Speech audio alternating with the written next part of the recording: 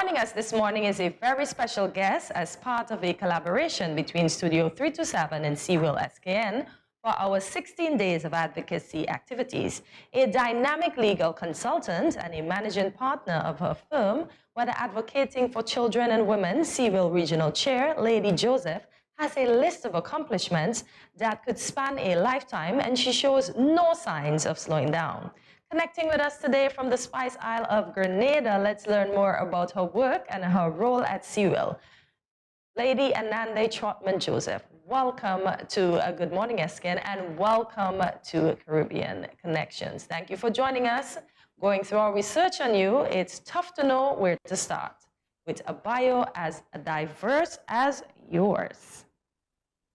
Thank you very much, Studio, for having me in with you and with your listeners all across the region, I trust. I'm very excited to join, and I'm especially excited to join you wearing my hat, may I say, my crown as woman, as I know we are being especially recognized during these 16 days of activism. And I am joining you as the president of the Caribbean Institute of Women in Leadership, abbreviated to CIWIL and Caribbean Women in Leadership. And we represent not only myself, but many dynamic women from across the Caribbean region, including, of course, you in St. Kitts, where you have a CIWIL St. Kitts and Nevis chapter. My pleasure to be with you all this morning. Thank you for being with us. So you are a lawyer by profession, but you have many other related and unrelated achievements, including being the current chair of Grenada's Integrity Commission and anti-corruption bodies, as well as having worked as the chairman of tourism and hospitality for Guyana. Tell us a bit about the work you do and what inspires you in your pursuits. Yes, so thank you for that. Well, I am a Guyana-born woman, but I'm a Caribbean woman. So, of course, live and work. I married a Grenadian, and I have very strong roots now here in Grenada, where I moved to in January 2003. So I've been schooled at Caribbean universities, University of Guyana, the University of the West Indies, Barbados, Cave Hill campus, and then I did my further studies at the Hugh Wooding Law School, and I've done a little bit in America and in England postgraduate-wise. But yes, I am the chair of the Integrity Commission as well, and I'm also a past chair and a serving vice chair of the Commonwealth Caribbean Association of Integrity Commissions and Anti-Corruption Bodies. But I share that I've learned, as I reflect on my journey of leadership, that everything was related to everything. Every opportunity and stepping stone took me to another aspect of service in my life. So speaking of service, you've served, participated in, and led many national and regional organizations, rather. So let's talk a little bit about your work with the Caribbean Institute of Women in Leadership. Yes. So it is really interesting that I became a founding member of this organization when I met I would have to say its concept bearer, Sheila Rousseau, from Antigua and Barbuda. And interestingly enough, I met her regionally, but wide region. I met her in Uruguay at a Vital Voices Women of the Americas conference that at that time was headlined by Hillary Rodham Clinton.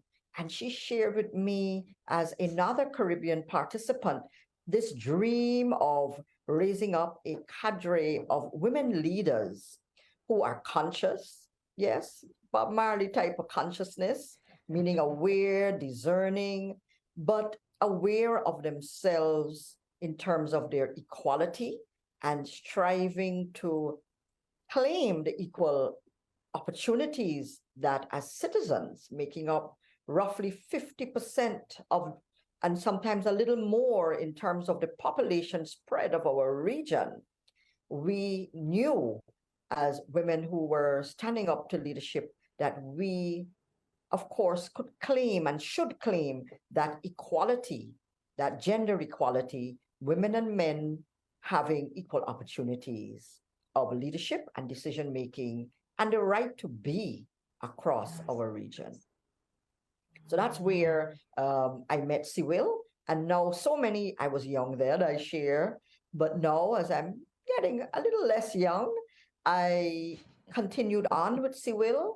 And now I ended up first being the interim chairperson. And now I am firmly the president for roughly the last 3 years or so. Okay. And CIWIL really is what we would say in our sharing in nonpartisan and independent flagship networking organization.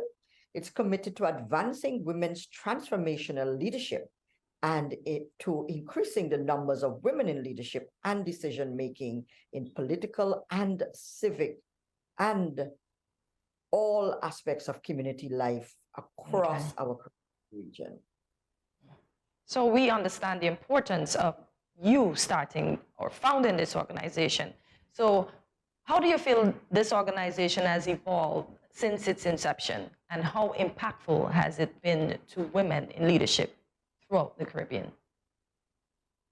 Thank you for that question, because it really has been very impactful on, firstly, our own founding members, even as we led the way in spreading out to others, because it's a journey. It's an internal, it's a personal journey of self-mastery and self-management. Some may want to say even self-mystery, because we are a women organization and not necessarily self-mastery, but it's all the same.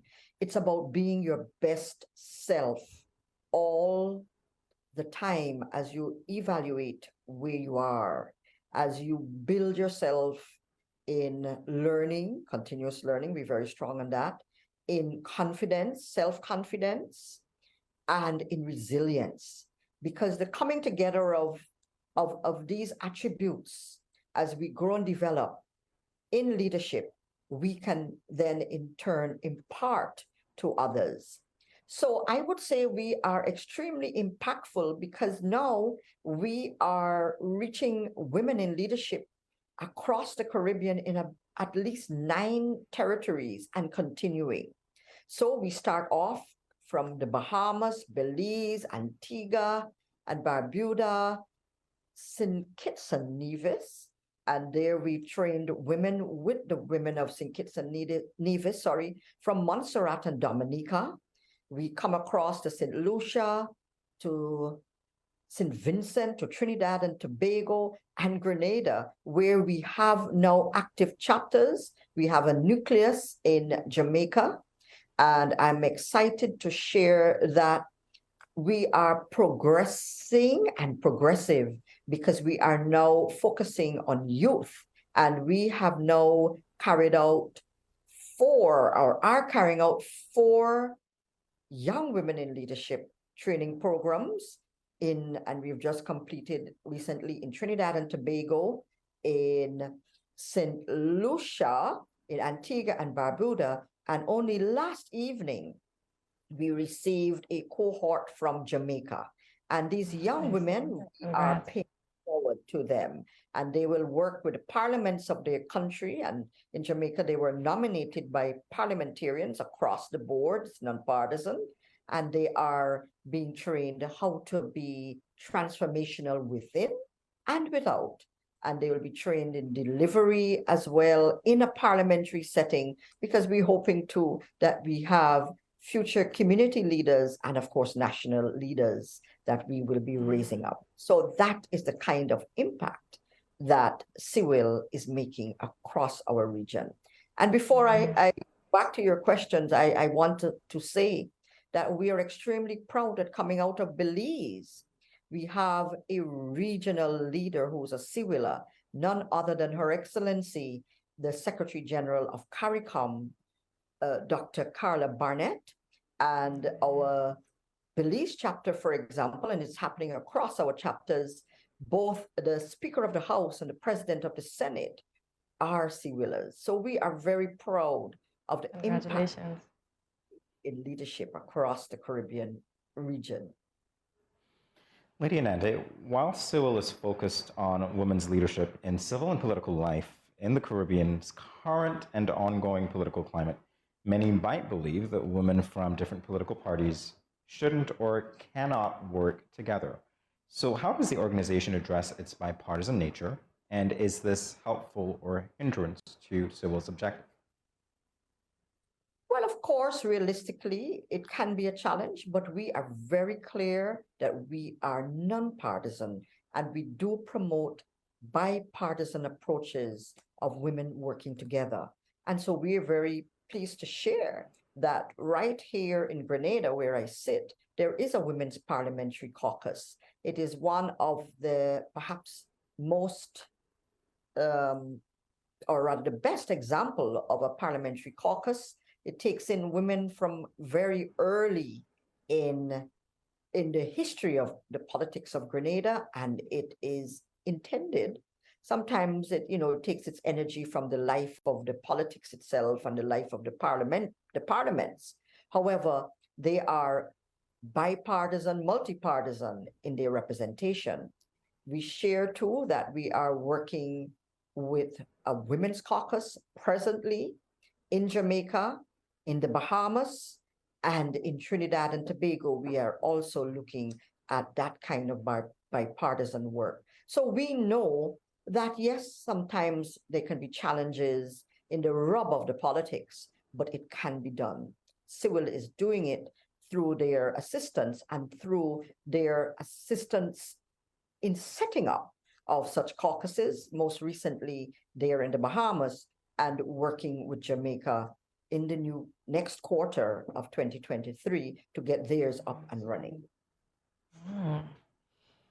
So I'm excited about this question. We're told that you will be returning in January to do a transformation workshop with CIWIL St. Kitts chapter. Wow. What are some of the regional plans we can look forward to, and how can people find out more about this regional and local chapter? Yes. So St. Kitts, Nevis, we've done a lot of work with you. I've been there in person just before COVID locked us down, and we rose to the challenges, and we have continued to work with you in St. Kitts and Nevis virtually via platforms like this. I was there again and met with the executive at the end of May of this year, and just to give them that little reboot in terms of passion, intentionality, and commitment. We did offer training during the last national elections, and we're happy that the person who accepted that training, along with her campaign management team, is now an honorable minister, I believe the only female minister in your parliament. And we have again thrown out our offer of training just recently to the women in Nevis. And we had a session, I believe, 2 Fridays ago with the first cohort, and we're expecting this offer will be taken up as well by the other woman who is running. There are 5 women running in 4 local government elections in Nevis, and we have made ourselves available to train them. We did that with the help, this most recent training, with the help of women candidates from Antigua and Barbuda, Joanne Messiah, the head of the DNA party there, and getting ready herself to compete in the next Antiguan general elections. And also with our sister, who is a deputy mayor in Trinidad and Tobago, who came forward and offered, because it's about local government, she brought the lived experience, and I brought greetings to that facilitation of training.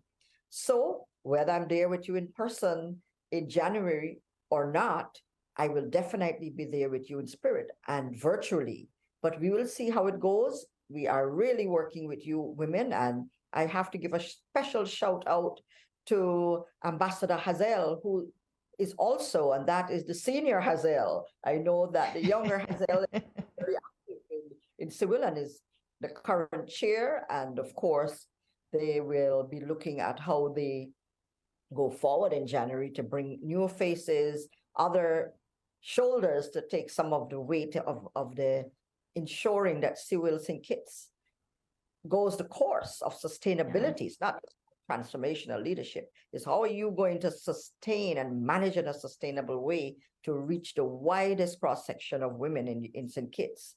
So yes, we are excited for St. Kitts. We're very hopeful. We're very proud of the achievements.